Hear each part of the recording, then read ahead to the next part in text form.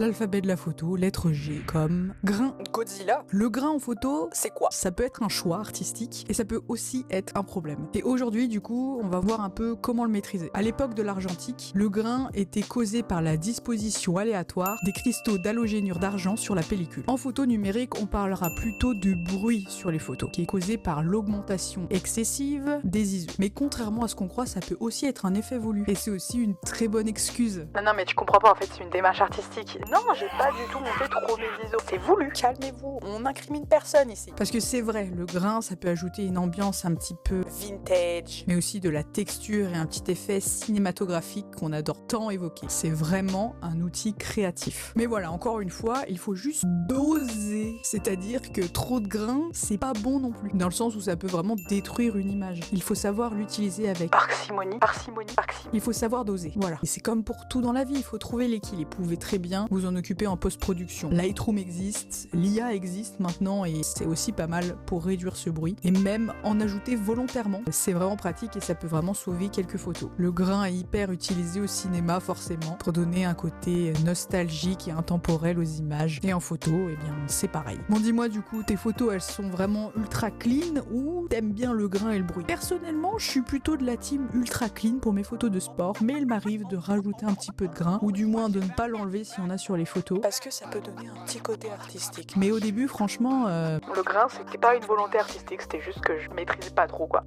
c'est les goûts et les couleurs. L'important, c'est que maintenant, vous savez tout sur le grain. Alors abonne-toi, surtout si t'aimes mon concept de